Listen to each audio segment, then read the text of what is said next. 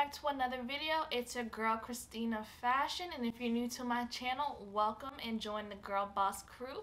This channel is all about lifestyle entrepreneurship, so if that is your thing, don't forget to like, subscribe so you don't miss out on weekly videos. In today's video, I'm gonna show you how to price your jewelry product, that way your business can stay profitable. And as well, I'm gonna answer your question of how much sample do you need to start off with when you are starting your new jewelry business.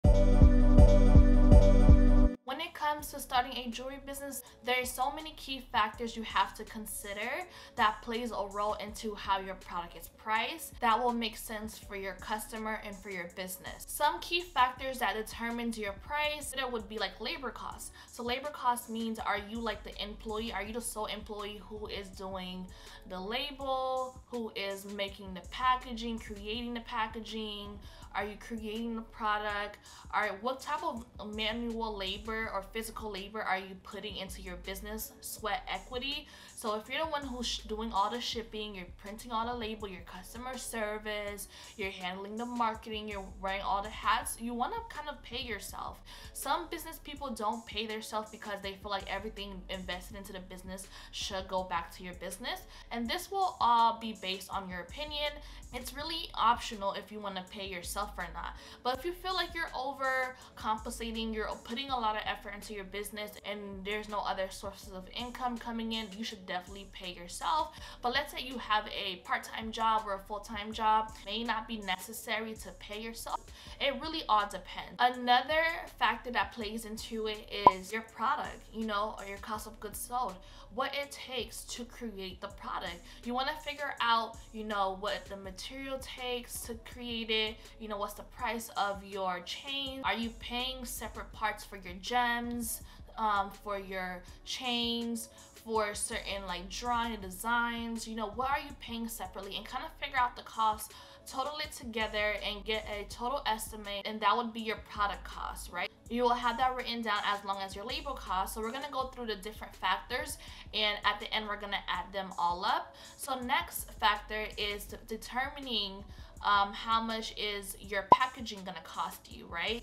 So if your packaging requires you to have jewelry boxes or high grade boxes with your logo on it, maybe you have certain designs, maybe you have someone who does your design, someone who does your packaging, maybe you buy your slits that goes into the jewelry box separately, figuring out how much your thank you cards cost you, your business cards cost you, and any other elements you add into your packaging to make your brand stand out. And I forgot the total cost for that. Another factor is your shipping fee, right? So when you are using certain providers, you may have to pay the shipping fee out of pocket. So for some providers, they will take out the shipping cost when it comes to your monthly billing cycle, right? So let's say you get a sale today and tomorrow, you're not paying the shipping fee up front that your customer paid forward.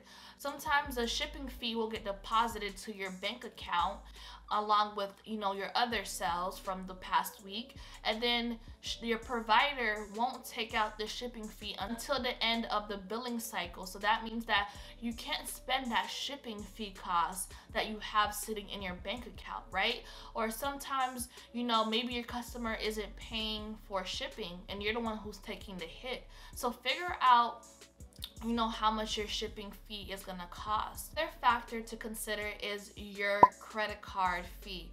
So when you're using providers like PayPal, when you're using other merchant like a third party like USPS, or you're getting it from UPS, maybe you're using Square, stuff like that. Just figure out what type of merchant that you are using that uses credit card payments, and figure out what the fee they're charging. A lot of times, let's say your customer made a purchase through PayPal, a lot of times they'll take a fee, a small fee, maybe like 5 cents, 10 cents, or even $1, and you may not notice it or you may brush it off, but it adds up every month, and that's still a good amount of money that's coming from your profit. Another thing to consider is your overhead costs, right? So let's say you're running your business out of a warehouse, that's something you have to figure out into your pricing of your product, or your location, or maybe you pay rent. There's so many factors that can go into your product prices, but it doesn't have to be complicated. It doesn't have to compromise of everything. It all depends on your business.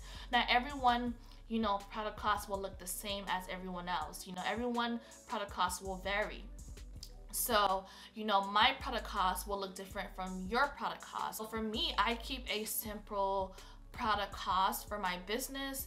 I don't necessarily right now pay myself, so that's why my product cost sheet will look different from somebody else who is relying on their business to pay for their bills and, you know, pay for their lifestyle. Like, I have other stream of income. I work a part-time job, so that way it helps me to balance and, you know, even invest more money into my business. Another factor to consider is your marketing budget, right? So you have to figure out if you're running ads consistently, like if you're running $5 daily ads. That's another factor you have to consider into your price, you know?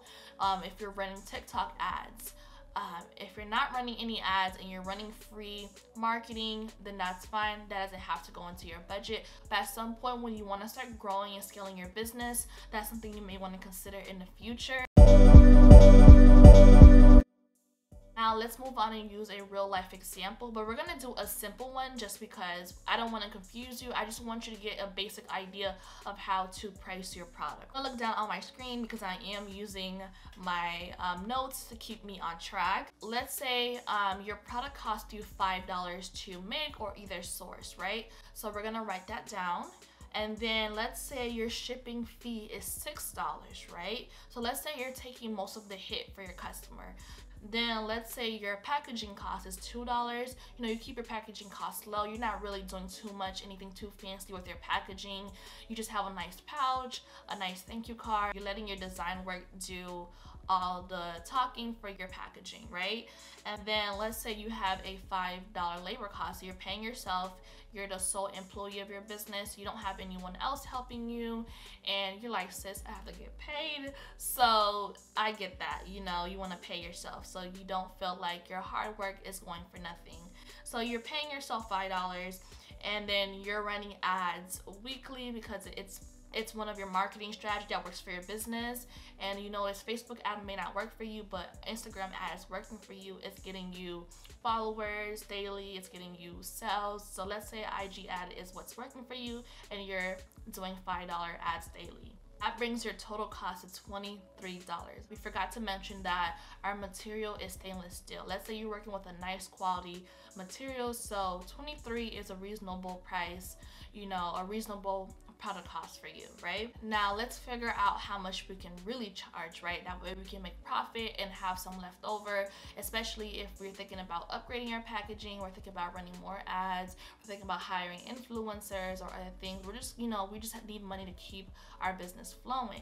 On average, most e-commerce brands tends to price their prices 2x or 3x, you know, their product cost. I have learned from doing my research, from, you know, reading these resources or reading these e-commerce blogs. Right? Take the 23 product cost and we times it by 2 on average, our retail price to $46. Right? That means now we have our retail price and we know that our product cost us $23. That means we can never go lower than 23 when we're using discounts or promotions, right? We can never go lower than 23. So let's say you're doing numbers and you realize doing a 50% off discount is not gonna work for your business because it's gonna hit your product cost minimum. Don't do it. You wanna make sure you're always staying profitable even when you're running a sale. But also, to summarize it up, just remember that pricing will always vary, you know, over time. It's not going to be this one fixed price that you have going on. So sometimes, you know, your marketing budget will change. Maybe you figure out you need to increase your ad, you know, to meet, you know, your demand or to meet like more customers, to get more customer on your website, more traffic, more conversion. So that can increase over time. Maybe your material that you were working originally with, you're not working with it no longer, you're working with high quality materials. That means you're gonna have to increase your retail price. Your price might be higher so that way you can start buying more inventory. Remember, just simply doubling your product cost from $5 to $10 is not enough to meet, you know, your business expectation, your expenses, the things that needs to keep your business alive. You'll simply be running at a loss over time. Now moving on, let's talk about how much product you should start off with.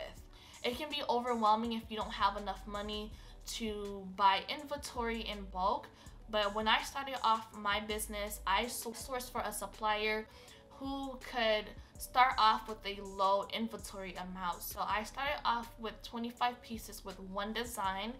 Over time, as I made more sales, I used, that profit to buy more inventory instead of paying myself. And then I bought 50 pieces the next time.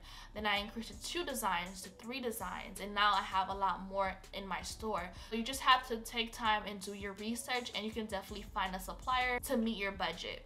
So I hope this video was very helpful. I hope you learned something. I hope you learned how to now price your product the right way. That way you can stay profitable and stay in business, and we can make this money together and elevate and grow together.